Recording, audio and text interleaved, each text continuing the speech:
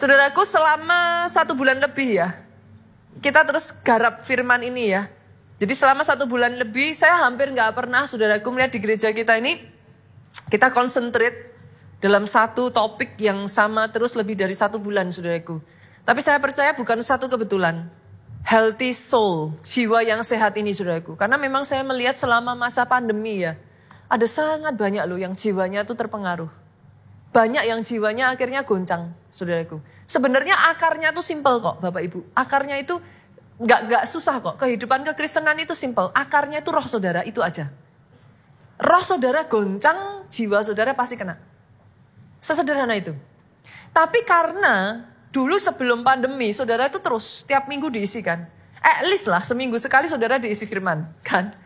Sebenarnya harapannya itu adalah sama seperti tubuh kita, ini cerminan roh. Saudara sehari makan 3 kali kan? Jasmani saudara. Exactly the same. Jadi kalau ada orang tanya sama saya, Pastor, sampai kapan saya baca Alkitab? Perkataanku itu makanan, kata firman Tuhan. Ya seumur hidup saudara baca Alkitab. Sampai kapan saudara makan? Jasmani saudara. Seumur hidup saudara makan. Nah, kalau saudara kasih roh saudara makan setiap hari, bukan seminggu sekali loh ya saudaraku. Setiap hari roh saudara itu kuat. Jiwa dan tubuh itu ada nahkodanya. Jadi disetir saudara sama roh. Itu sebabnya saudara kokoh. Mau ada masalah, mau ada apapun saudara kokoh. Di masa pandemi banyak yang akhirnya karena kita nggak bisa ibadah secara onsite, Bapak Ibu. Diakui tidak diakui, onsite dan online itu udah pasti beda. Online boleh nggak, Pastor? Oh boleh. Lah memang kalau kondisinya nggak memungkinkan, daripada tidak lebih baik saudara online kan gitu.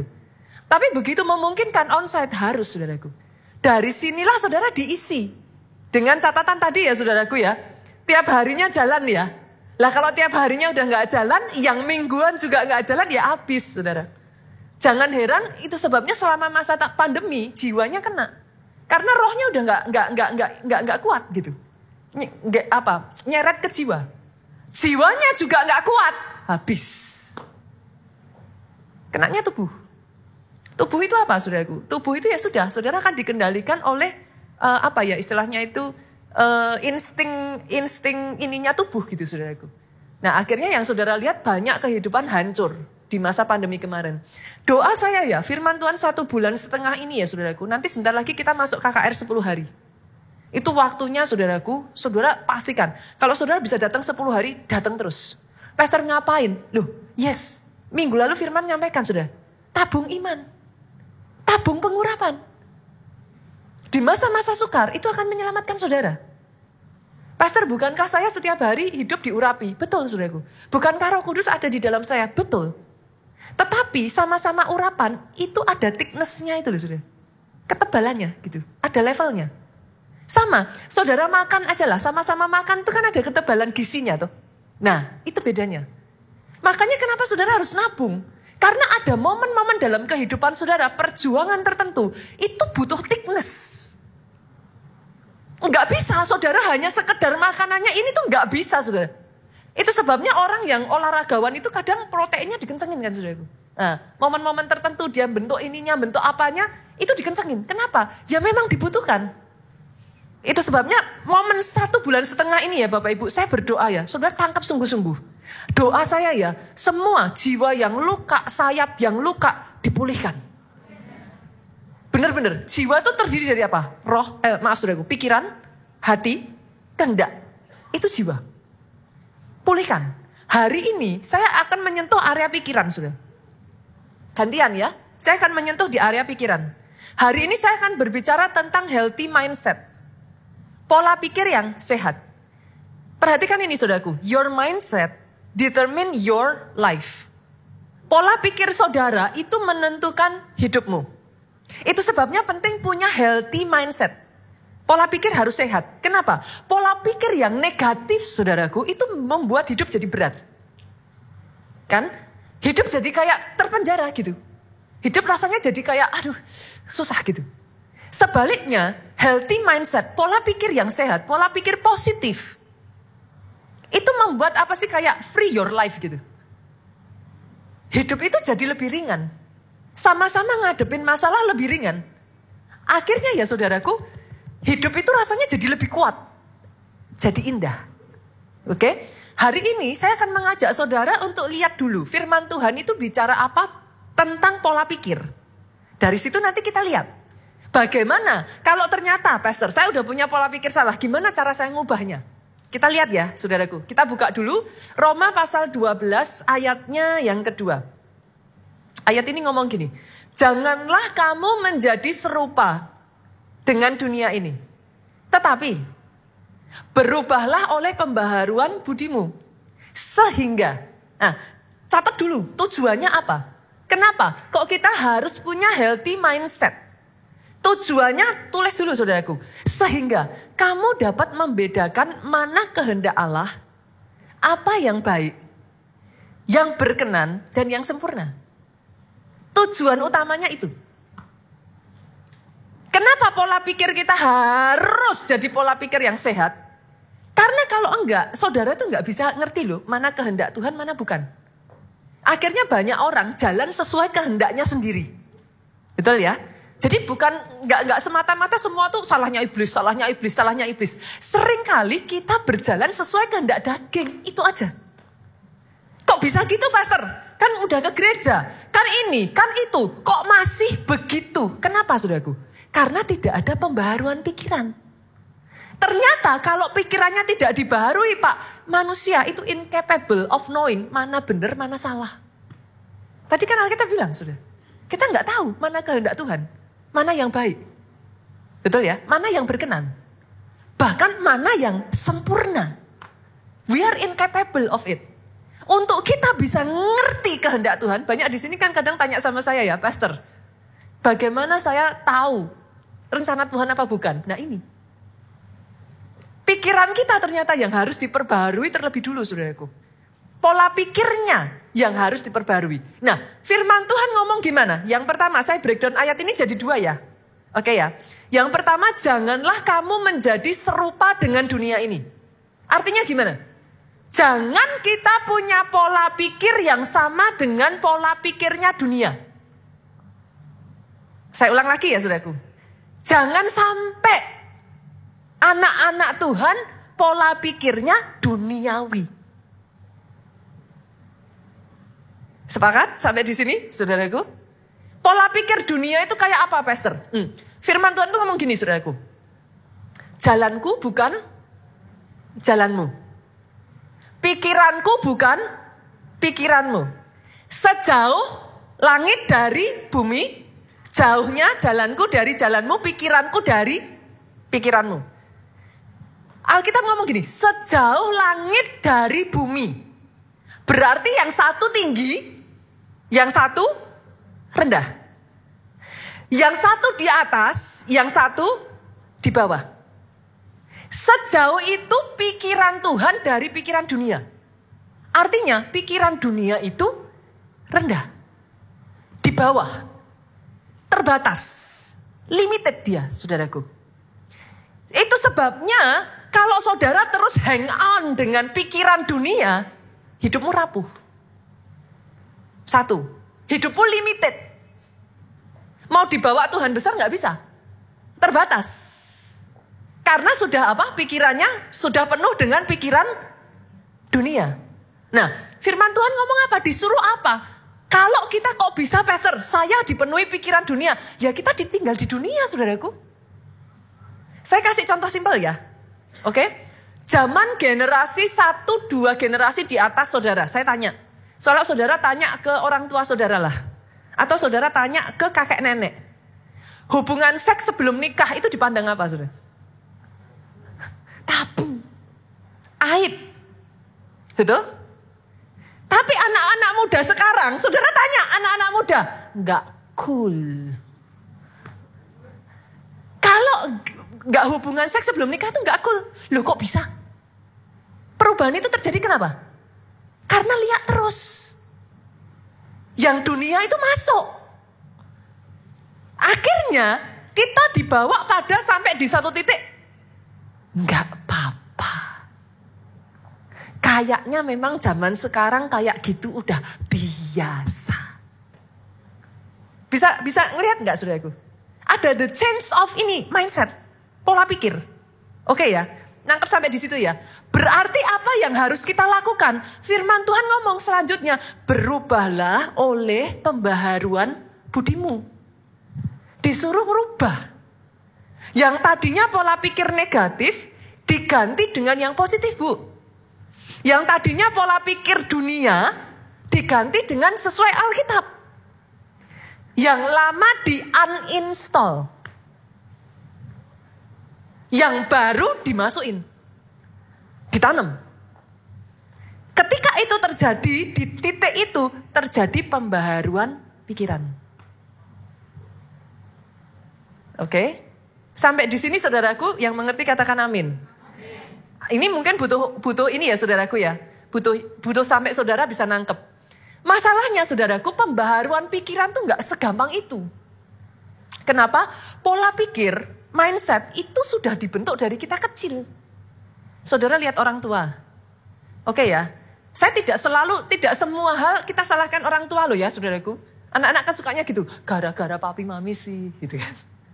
Saya gini karena lihat papi mami. Gak selalu gitu saudaraku, tapi yes, pola pikir itu dibentuk dari childhood. Dari kecil. Ada di keluarga saudara yang punya pola pikir, uang 100 rupiah pun itu gak boleh disepelekan. Kan?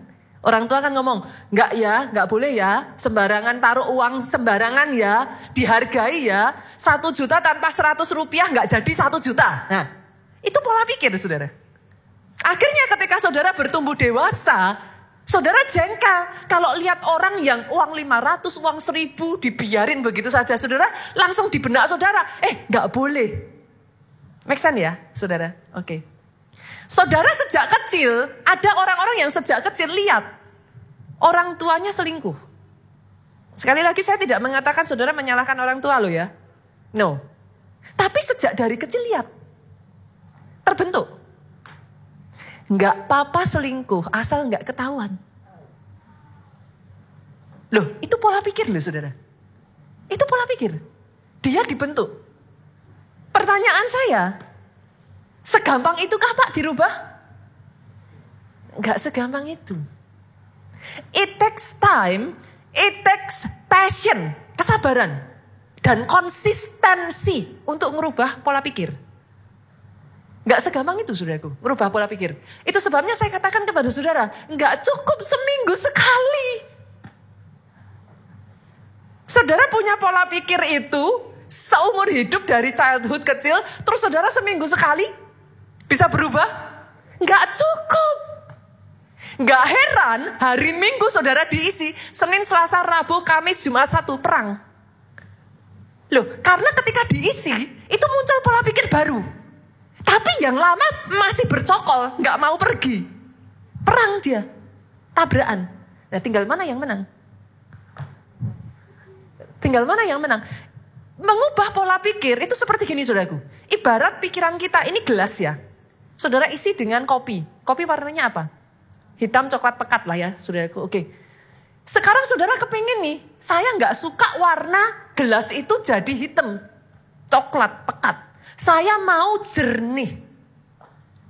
Apa yang harus saudara lakukan? Apa saudaraku? Seandainya pola pikir kita tuh segampang dibuang isi kopi ganti air putih itu udah enak saudara. Tapi gak bisa. Kalau gak bisa what should you do? Apa yang saudara harus lakukan? Kita baca ya ayatnya. Apa yang dikatakan firman Tuhan? Gimana caranya kita merubah pola pikir yang existing, yang salah, yang negatif, yang sudah ada, yang duniawi, jadi pola pikir yang benar. Kita lihat ya ayatnya, yuk. Filipi pasalnya yang keempat, ayatnya yang ke-8. Ngomong gimana? Ini saya bacakan kepada saudara supaya gampang. Saya ngambil Alkitab terjemahan masa kini. Nah, Alkitab terjemahan masa kini ini dibuat dalam bahasa sehari-hari, Bapak Ibu. Jadi gampang untuk saudara memahami. Ayat ini ngomong gini. Akhirnya saudara-saudara, isilah pikiranmu dengan hal-hal yang bernilai, yang patut dipuji, yaitu hal-hal yang benar, yang terhormat, yang adil, yang murni, yang manis, yang baik. Garis bawahi kata ini ya saudara. Berarti cara saudara ngerubah dengan gimana saudara? Isilah pikiranmu. Oke ya. Tahukah saudara apa yang membuat orang susah mengampuni? Sederhana Bu. Karena di pikiran kita, kok enak dia yang bikin salah. Kok saya yang harus ngampuni? Rugi dong. Mindsetnya gitu ya Bu.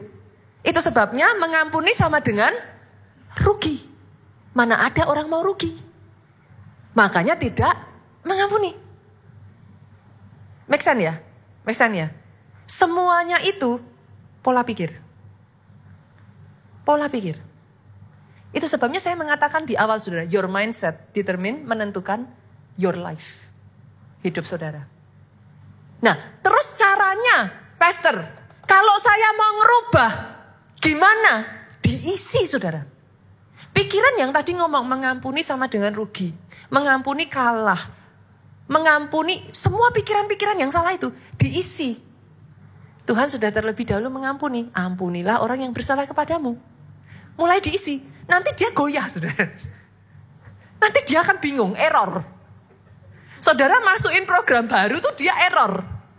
Saudara mau tahu kalau saudara sedang error? Maju mundur. Ngampuni enggak ya? Ngampuni enggak ya?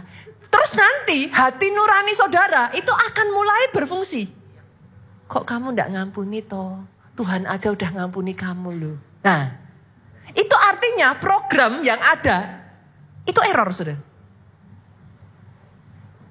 Kalau saudara isi terus, isi lagi, itu sama seperti gelas.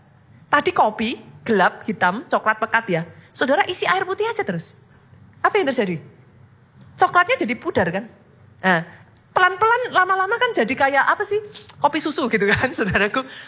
Coklatnya yang tadinya gelap itu jadi pudar Pak. Diisi lagi, isi lagi, isi lagi. Lama-lama jadi kayak krem-krem gitu Pak. Isi lagi sampai meluber, sampai keluar. Akhirnya coklatnya keluar semua, jadi air jernih. Make sense ya Bapak Ibu? Itu sebabnya kenapa firman Tuhan ngomong, renungkan firmanku siang dan malam. Senggol kiri kanannya dong. Gak cukup seminggu sekali. Aduh sorry beneran saudaraku. Gak cukup seminggu sekali. Itu sebabnya saudara jangan heran. Banyak orang datang ke gereja ngomong gini. Orang Kristen kok kayak gitu. Kenapa saudara? Tahu kebenarannya. Tahu. Tapi gak bisa ngelakuin. Kenapa? Error programnya. Masih bingung saudara. Antara yang existing pola pikirnya. Mindset existing. Tapi diisi yang baru saudara tahu ini yang benar tuh gini. Tapi masih gak bisa nerima. Akhirnya tindakan dengan pikiran dan hati itu beda semua, kacau saudaraku. Makanya saudara menemukan, udah ngerti tapi ketika dilakukan di lapangan, tabrakan, crash. Tingkah lakunya masih pola pikir lama. Gak ada cara lain, isi terus. Doa saya ya di tempat ini ya saudaraku. Ada orang-orang yang sungguh-sungguh benar-benar renungkan firman itu. Siang dan malam, siang dan malam, siang dan malam. Isi lagi, isi terus, isi lagi, isi terus. Sampai di titik apa saudara? Jalan Tuhan jadi jalan kita. Pikiran Tuhan jadi pikiran kita. Di saat itu saudara gak akan bingung lagi mana kehendak Tuhan. Apa yang baik, apa yang berkenan, apa yang sempurna. Saudara gak bingung. Make sense? Make sense ya? Boleh ya? Oke. Berikutnya, saya ingin mengajak saudara untuk, apa yang harus diinstal, Pastor? Banyak, saudaraku. Banyak. Karena dari dunia ini aja ya, saudara, kita itu udah, sangat banyak pola pikir dunia. Saudara mungkin gak sadar ya? Sangat banyak pola pikir dunia mempengaruhi kita loh. Sesederhana, bumi itu bulat. Dunia akan terus berputar. Menurut saudara itu alkitabiah gak saudara? Terdengar benar gak? Benar. Loh, terdengar benar, itu yang saudara dengar terus kan? Ada kalanya kita di atas, ada kalanya kita di bawah. Tapi firman Tuhan ngomong, kamu akan terus naik dan tidak turun. Kamu akan jadi kepala dan bukan ekor. Error kan? Jujur, ketika saudara dengar ini, nolak gak? Nolak. Nolak. Kenapa? Ya sudah diisi dengan pola pikir yang ada di dunia selama ini. Firman Tuhan ngomong, janganlah kamu berhutang. Kamu akan jadi orang yang memberi hutang. Memiutangi. Loh, itu firman Tuhan. Nolak gak saudara? Nah, tapi kan pastor, mana bisa pastor? Pastor kan. Nah, saudara bisa ngelihat ya saudara. Ini saya belum nyentuh ke situ ya Bapak Ibu. Udah, saya gak fokus soal hutang saudaraku. Oke? Buat Bapak Ibu yang langsung kepengen nyerang, tunggu dulu. Simpan dulu saudaraku, amunisi saudara. Saya hari ini sedang menunjukkan kepada saudara betapa pola pikir kita itu sudah diisi banyak dengan pola pikir dunia. Kalau saudara mau mengerti rencana Tuhan yang sempurna dalam kehidupanmu, harus dirubah, berubahlah oleh pembaharuan budimu sehingga engkau mengerti mana kehendak Tuhan, apa yang baik, yang berkenan, yang sempurna. Yang mengerti aminnya yang paling keras. Ada 3 hal dulu saudara, saya gak mau banyak-banyak dulu. Saya fokus 3 ini dulu aja. Harus diinstal dalam hidup saudara. Karena kalau enggak, 3 hal ini tidak diinstal ya saudara. Tuhan mau bawa saudara besar, susah. Bukan Tuhan gak mau ngangkat saudara. Bukan Tuhan gak mau memberkati saudara. Bukan Tuhan gak mau bawa saudara diberkati. Susah. Pola pikir apa saja? Yang pertama saudaraku. Mulai hari ini, tanamkan pola pikir, yes I can. Pasti bisa. Harus bisa. Kenapa saudara? Karena kalau pola pikir ini tidak ditanamkan saudara, dalam dunia ini, minggu lalu baru aja kita belajar. Ayat ini ngomong gini, selama kita masih di dalam dunia, akan selalu ada penderitaan. Bahasa Inggrisnya trouble, suffering, tribulation. Trouble itu apa? Masalah. Suffering itu apa? Penderitaan, kesulitan. Tribulation itu apa sudah? Kesukaran besar. Dengan kata lain, saya harus ngomong gini, ini yang ngomong Alkitab. Selama saudara di dalam dunia, lihat kiri kanan tanya, ada nggak di sini yang tidak di dalam dunia? Nggak susah-susah kok saudara. Saudara tahu saudara di dalam dunia atau enggak? Lihat kakinya. Masih napak tanah enggak? Oke. Selama engkau di dalam dunia, pasti ada apa? Masalah, aniaya, penderitaan, kesukaran besar. Itu ada. Oke? Itu sebabnya kemarin firman Tuhan ngomong sama kita. Be of good cheer. Bersukacitalah. Pastor, memangnya kalau saya bersukacita, memangnya kalau saya merubah pola pikir saya, yes I can, masalahnya hilang? Enggak, belum tentu. Oke? Nah terus ngapain saya ngerubah? Pola pikir saya bersukacita. Pola pikir saya yes I can. Setidaknya kalau saudara punya masalah dan pola pikirmu berubah, dengar ini saudaraku, jiwamu jadi kuat. Masalahnya masih ada, tapi kau kuat. Bukankah masalah bukan lagi masalah kalau kekuatanmu lebih besar dari masalahmu? Yang mengerti katakan amin yang paling keras. Aminnya yang paling keras. Itu sebabnya saudaraku, dirubah dulu pola pikirnya. Kalau enggak, manusia punya kecenderungannya ngomong gini, apa bisa ya pastor? Mana bisa ya? Apa bisa? Kayaknya enggak mungkin. Nah, lucunya manusia saudaraku, pola pikir kita menular. Oke ya, saya buktikan. Bertahun-tahun yang lalu saudaraku, Dunia pelari itu mempercayai bahwa lari 100 meter itu rekor tertingginya hanya sampai 10 detik. Puluhan tahun itu berlangsung saudaraku, dan para pelari gak ada satupun yang bisa beat the record. Pokoknya 10 detik aja. Setiap kali orang mau nge-beat rekornya, dia akan terus dengar. Itu sudah diselidiki. Kapasitas paru-paru, kemampuan kaki, diukur dari ini, diukur dari itu. Pokoknya 10 detik, titik. Bertahun-tahun sudah, gak ada satupun orang yang bisa nge-beat itu. Sampai muncullah seorang pelari muda dan berkata pada dirinya, pasti bisa. Harus bisa. Dia dengar orang ngomong, kanan kiri ngomong, gak mungkin. Itu kan coba semua nama-nama besar. Itu paling banter, 10 detik. Harus bisa. Dimulai dari pelari ini, saudaraku, saya lupa namanya. Tercetaklah rekor baru, Bu. 100 meter bisa dilakukan kurang dari 10 detik. Poin saya tidak di sini, Pak. Saya lanjut. Poin saya, Bu. Sejak dari satu pelari muda ini bisa mencetak rekor di bawah 10 detik. Pelari berikutnya. Pelari berikutnya. Pelari berikutnya. Pelari berikutnya.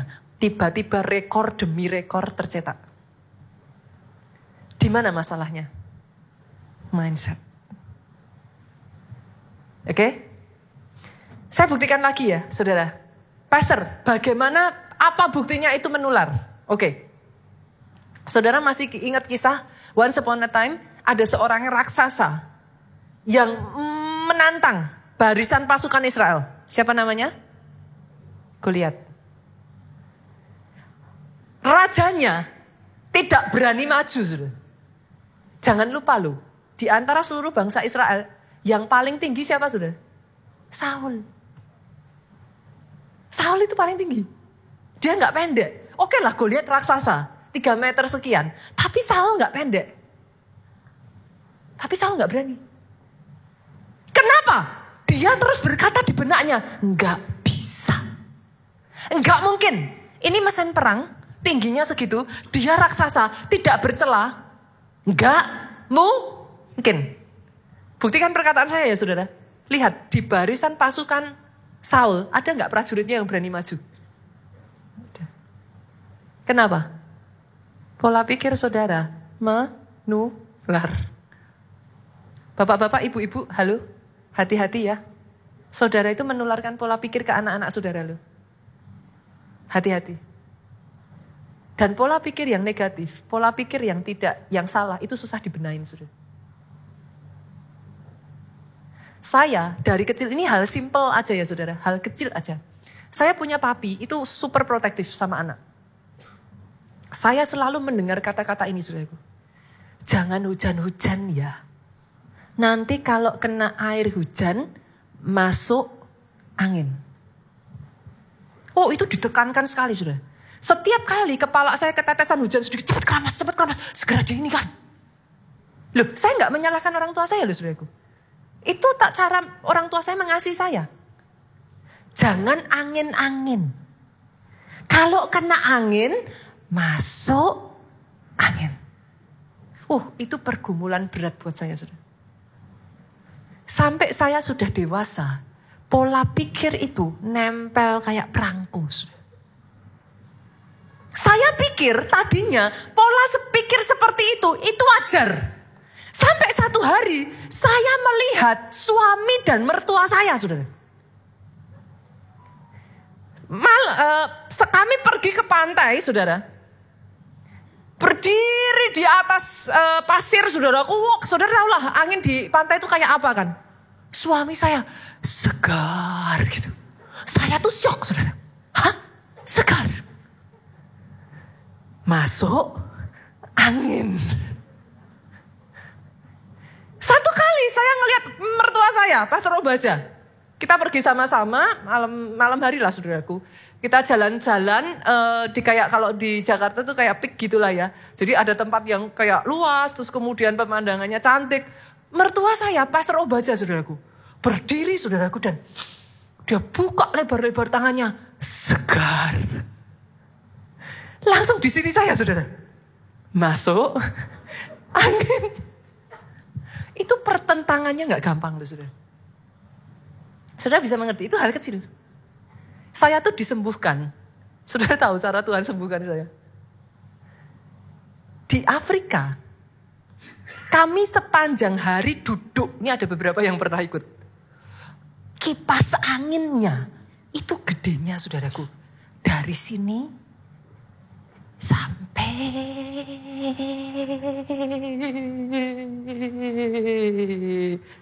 sini. Diameternya. Ditaruh di atas kami.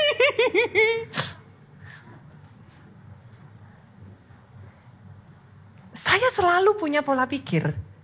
Kalau keringetan, kena angin, masuk. Saya selama di Afrika sekian hari, kami mencoba pindah tempat duduk di sini, pindah tempat duduk di sana, pindah tempat duduk dimanapun. Wah, itu kipas angin maha dahsyat, saudaraku. Tidak satu pun tempat yang tidak dilewatinya. Di benak saya, masuk. Saya udah mikir habis ini.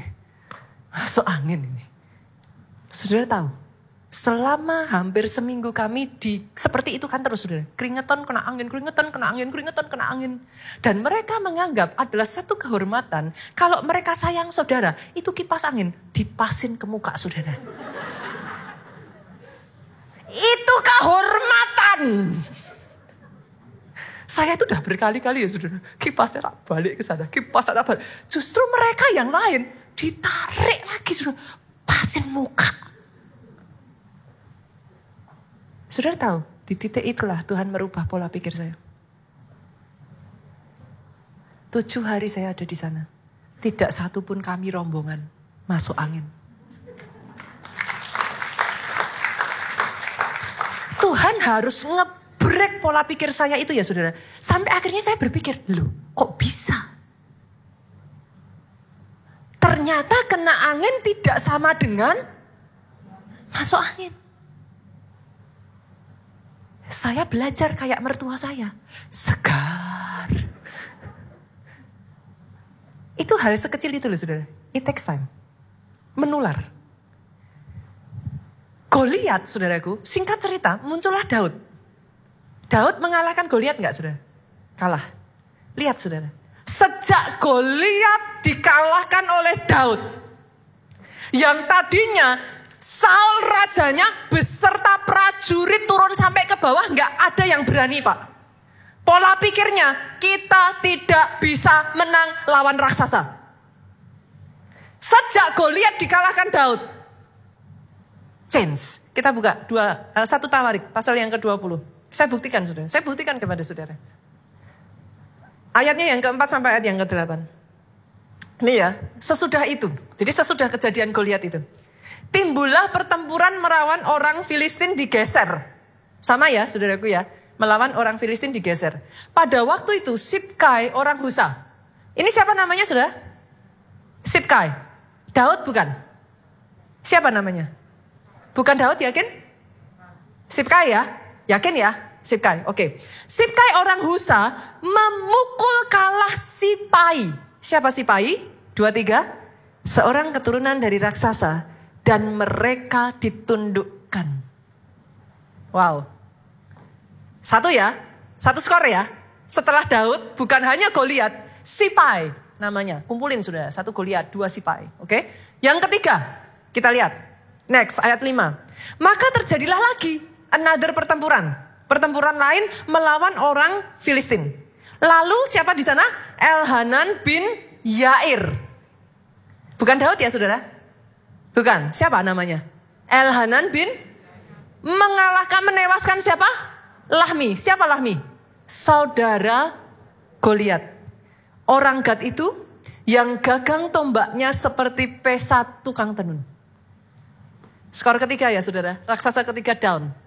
Oke? Lanjut. Nah, ini yang lebih ngeri lagi, ayat 6. Terjadi lagi pertempuran di Gad. Dan di sana ada seorang yang tinggi perawaannya. Lihat ini saudara. Yang tangannya dan kakinya masing-masing berjari 6. Loh ini Alkitab loh saudaraku. Berarti ada pastor? Ada. Raksasa itu ada. Memang pernah ada. Tertulis kok di dalam Alkitab saudaraku. 24 seluruhnya. Jadi tangan, kaki jumlahnya 24 jari. Jelas ini bukan manusia saudaraku. Dia raksasa. Nah, lihat saudara. Lihat. Ia mengolok-olok orang Israel. Familiar nggak kata-kata ini? Dilakukan siapa dulunya? Goliat. Kalau dulu dilakukan Goliat, nggak ada satupun yang berani maju. Kali ini, bukan cuman Elhanan, bukan cuman Sibkai, saudaraku. Lihat. Yonatan anak Simea, kakak Daud sekarang. Ponakannya Daud menewaskannya. Skor 4. 4 raksasa mati sudah. Yang mengerti katakan amin. Doa saya ya saudaraku. Hari ini saudara bisa melihat. Yes, I can. Pasti bisa. Ayat terakhir. Orang-orang ini termasuk keturunan raksasa di Gad. Mereka tewas oleh tangan Daud dan oleh tangan orang-orangnya. Izinkan saya mengatakan ini. Nenek moyangmu, giant slayer. Saudara punya leluhur. Nenek moyang saudara itu pembunuh raksasa. Pasti bisa. Harus bisa. Pastor, apakah pastor ngayem-ngayem hati? Orang Jawa bilang ngayem-ngayem saudara. Apa ngayem-ngayem itu? Apa? Nenangin hati gitu bu? Enggak saudara. Ketika saya berkata yes I can, saya punya dasar firman. Pastor, apakah pastor arogan? Kok bilang yes I can terus? No. Sorry saudaraku, enggak. Saya berdiri di atas dasar firman. Apa dasarnya? Yuk kita buka. Filipi pasal yang keempat ayat 13. Ini harusnya orang Kristen hafal dong. Apa? Segala perkara dapat kutanggung di dalam Dia yang memberikan kekuatan kepadaku. Boleh saya tanya Pak, ada enggak yang tidak termasuk di dalam segala? Termasuk semuanya. Salahkah kalau saya bilang yes I can? Segala perkara. Masalah keuanganmu, masalah keluargamu, masalah hubunganmu, masalah di pekerjaanmu. Segala perkara dapat kutanggung di dalam Dia yang memberi kekuatan kepadaku. Bukan sombong, bukan ngayem-ayem. Saudara berdiri di atas kebenaran firman. Yes, I can. Pola pikirmu nggak boleh. Apa bisa ya? Yes, I can. Harus bisa. Makanya banyak orang ya saudaraku akhirnya selalu ngomong gini. Gak berani pastor buka usaha tanpa ada modal. Pernah dengar kata-kata itu? Familiar? Nah. Kenapa saudaraku? Terbiasa pola pikir dunia. Gak bisa kalau tanpa modal. Sampai di satu titik ada orang yang berani ngomong. Yes, I can. Lihat kiri kanan katakan kamu bisa. Pasti bisa. Yes, I can. Boleh tepuk tangan yang paling meriah buat Yesus Tuhan kita. Jadi atas hidupmu. Yang kedua, pola pikir apa saudaraku? All is well. All is well. Saya belajar ini dari seorang perempuan Sunem, saudaraku. All is well. Kita buka ayatnya langsung aja ya saudara, karena waktu saya terbatas. 2 Raja-Raja pasal yang keempat ayat 19 sampai ayat yang ke-26. Tiba-tiba menjeritlah ia kepada ayahnya, anak dari perempuan ini. Aduh, kepalaku. Lalu kata ayahnya kepada seorang bujang, angkatlah dia, bawa kepada ibunya. Jadi si anak jerit, aduh kepalaku. Disuruh bujangnya bawa ke ibunya. Diangkatnya dia, dibawa pulang kepada ibunya. Duduklah dia di pangkuan ibunya sampai tengah hari, saudara. Setelah itu apa yang terjadi? ia mati. Oke, saudara baca ayat ini, banyak orang kalau baca ayat itu nggak menjiwai, saudara. Coba bayangin, ini anak tunggal loh, saudara, anak satu-satunya. Didapat sebagai anak mujizat. Masih ingat kisah perempuan Sunem? Dia bikin kamar, ruangan buat Elisa. Setiap kali Elisa lewat tempat itu, dia akan menjamu Elisa. Satu hari Elisa tanya sama perempuan ini, kamu minta apa? Perempuan ini bahkan gak berani minta anak, saudara. Elisa ngomong, Tuhan akan kasih itu. Dia mengandung, hamil, anak itu tadi. Sekarang anak ini meninggal, saudara, di pangkuan ibunya. Your only one. Ibu-ibu, saya tanya, menurut saudara gimana rasanya? Saya tahu ada di antara saudara yang pernah ngalami. Gimana rasanya? Itu hancur. Gak bisa dideskripsikan, saudara. Saya baca ayat ini ya, saya gak habis pikir. Setelah itu terjadi, lihat apa yang dilakukan wanita ini. Naiklah perempuan itu, dibaringkannya dia di atas tempat tidur Elisa. Abdi Allah itu. Ditutupnya pintu, dia pergi sehingga anak itu saja di dalam kamar. Anak itu sendirian, dia sudah meninggal. Sesudah itu ia memanggil suaminya serta berkata, suruh kepadaku salah seorang bujang dengan membawa seekor keledai betina. Aku mau pergi dengan segera kepada abdi Allah itu dan akan terus pulang. Berkata suaminya, ngomong dong, mengapakah kamu pada hari ini engkau hendak pergi kepadanya? Kondisi kayak gitu loh. Kenapa? Padahal sekarang bukan bulan baru, bukan hari sabat. Apa jawab perempuan itu, saudaraku? Apa jawab perempuan itu? Coba tempatkan saudaraku pada posisi seorang yang sedang kehilangan anak. Satu-satunya. Didapat sebagai anak mujizat. Iman seperti apa yang dimiliki perempuan ini, saudara? Dia ngomong sama suaminya, don't you worry, don't be afraid. Saya lanjutkan ya, saudara. Perempuan itu dipelahanannya lah keledai itu dan berkata ia kepada bujangnya, turunlah dan majulah. Jangan tahan aku dalam perjalananku, kecuali apabila aku katakan kepadamu. Intinya dia cepatlah, saudara. Demikian perempuan itu berangkat dan pergi kepada abdi Allah di Gunung Karmel. Naik gunung, saudara dia. Segera sesudah abdi Allah melihat, jadi Elisa sudah ngelihat dari jauh. Berkatalah ia kepada Gehazi bujangnya, lihat perempuan Sunem itu datang. Suruh apa? Elisa suruh apa? Lari, songsonglah dia, katakan kepadanya, selamatkah engkau? Selamatkah suamimu? Selamatkah anak itu? Oh, jawaban perempuan ini ngeri, saudara. Jawab perempuan itu apa dengan suara paling keras? 2, 3. Dalam bahasa Inggrisnya, all is well. Pastor, keadaannya itu gak baik-baik. Tapi dia ngomong, it is well. Dia kehilangan anak satu-satunya. Harusnya dia akan ngomong, mati aku. Habis sudah. Hidupku hancur. Berapa banyak anak Tuhan yang mengatakan itu dari mulutnya. Gak usah angkat tangan, saudaraku. Tapi hari ini kita mau belajar. All is well. All is well. Pastor, bagaimana kalau ternyata keadaan tidak berubah?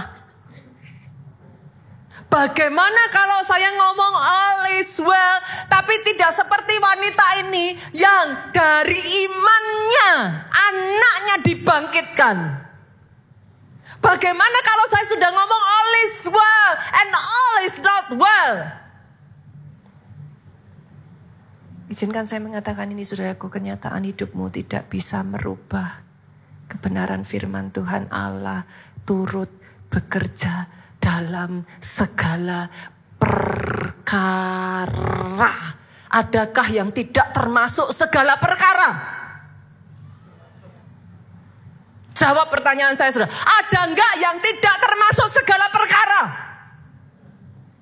Allah turut bekerja dalam kematian anakmu. Allah turut bekerja dalam kejadian buruk yang terjadi dalam hidupmu. Allah turut bekerja dalam hal-hal yang tidak mengenakan yang Dia izinkan jadi atas hidupmu. Allah turut bekerja dalam segala perkara itu untuk mendatangkan kebaikan bagi saudara-saudara yang mengasihi Dia. Jadi atas hidupmu. Bahkan di dalam hal buruk pun ya saudara, Dia izinkan terjadi. Dia gak tinggal diam. Dia masih bekerja. Itu sebabnya saudara bisa berkata, all is well. Yang terakhir saudara. Kata-kata ini menyelamatkan saya saudaraku. Belajar punya pola pikir, this too shall pass. Pernah dengar kata itu saudara?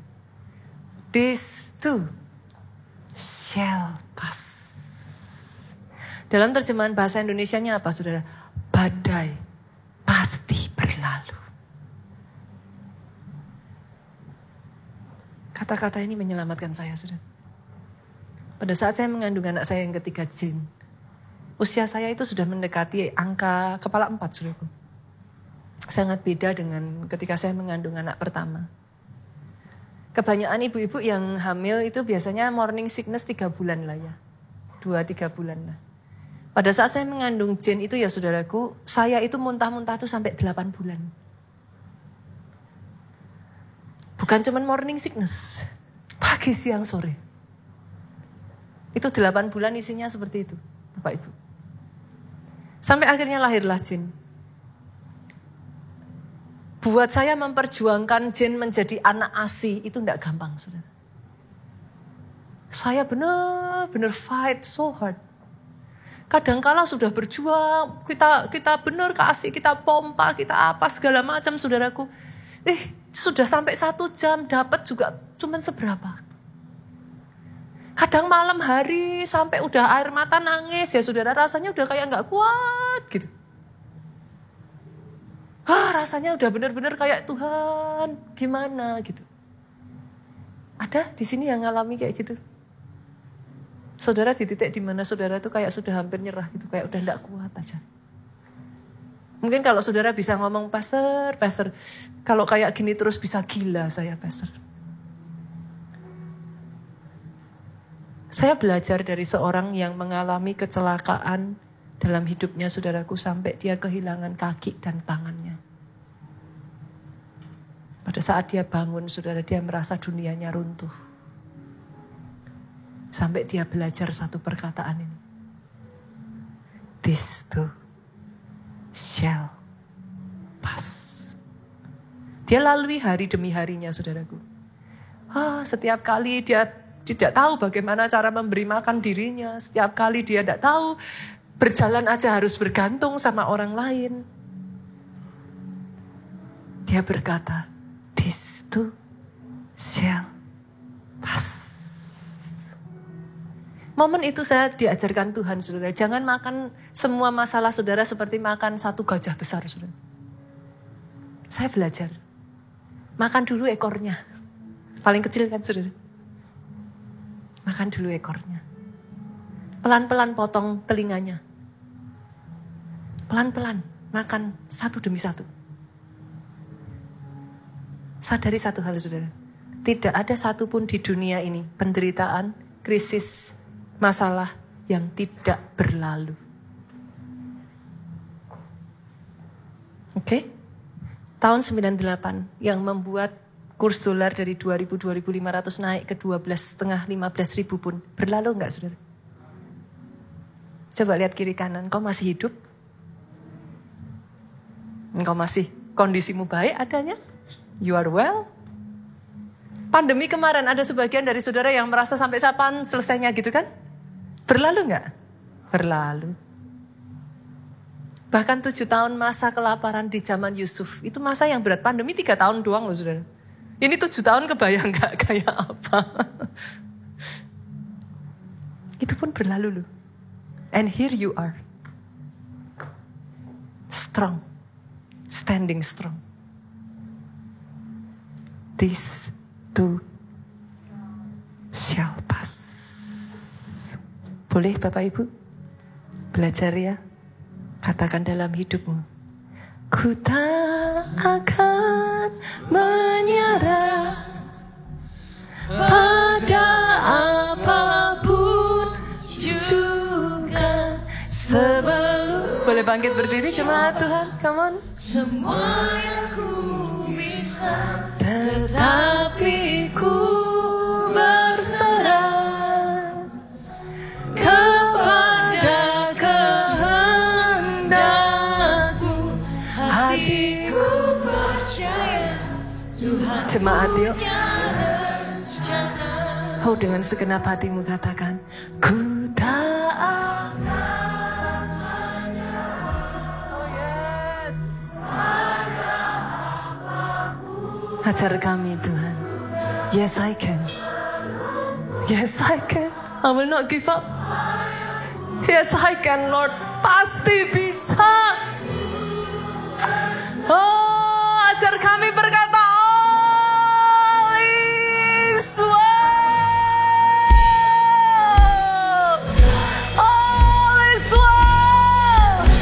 All is well with my soul. All is well with my family. All is well with my business. Sebelum ku coba semua yang ku bisa, tetapi ku berserah. Belajar berkata, this too shall pass.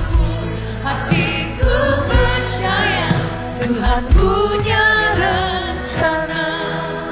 Dalam kehidupan ya saudaraku, saudara mau lari gimana caranya lari? Alkitab sudah ngomong, selama engkau ada di dalam dunia ini ada masalah. Ada tribulation, kesukaran besar. Trouble, suffering. Mau lari kemana sih Pak? Harus dihadapin kok. Ada yang masalah muncul karena kebodohan saudara sendiri. Banyak loh saudaraku. Banyak masalah itu muncul bukan iblis, bukan siapapun. Ya your foolishness gitu. Kita punya kebodohan. Ada masalah yang muncul dari orang yang benci kepada saudara. Semakin saudara diangkat naik, memangnya banyak orang bersuka cita bersama saudara. Halo, sorry saudaraku. Makin banyak yang iri. Saudara minta diangkat Tuhan naik. Siap nggak ketika di atas? Karena di atas kadang-kala tidak seperti yang saudara pikirkan loh. Semakin susah cari sahabat saudaraku. Mana yang bersahabat hanya karena just because they want whatever you have. Semakin susah dapat orang-orang yang memang mengasihi saudara sebagaimana apa adanya saudara gitu. That's life. Jangan lari. Lari tidak akan membuat saudara menyelesaikan masalah juga anyway. Tapi hari ini belajar. Boleh di dalam dunia ada masalah. Masalah itu harus membuat kita semakin kuat. Next time the other problem comes, you are stronger. Next time the other problem comes again, you are even stronger than before. Jangan menyerah. Menyerah tidak akan membuat masalah hilang anyway. Yuk kuat-kuatan aja yuk. Yuk. Pastor, buat apa saya melakukan semuanya ini? Supaya engkau mengerti kehendak Allah. Diperbarui pikiran kita. Kita tahu mana yang baik, mana yang berkenan, mana yang sempurna. Jadi next time saudara gak bingung lagi. Engkau tahu engkau berjalan di jalannya Tuhan. Dan selama kita hidup sampai nanti kita pulangnya saudara. Kita mempermuliakan nama Tuhan. Oke? Keluarga Allah, boleh ya? Angkat kedua tanganmu saudaraku. Sejak dari hari ini saya perkatakan atas hidupmu, diberkatilah engkau oleh saudara. Amin. Diberkati keluargamu oleh Tuhan. Amin. Sehat badanmu. Amin. Baik jiwamu. Amin. Kuat rohmu. Amin. Panjang umurmu saudara. Seumur hidupmu, lidah bibirmu ini tidak berhenti menceritakan, menyaksikan betapa baiknya, dahsyatnya, hebatnya, ajaibnya Tuhan itu.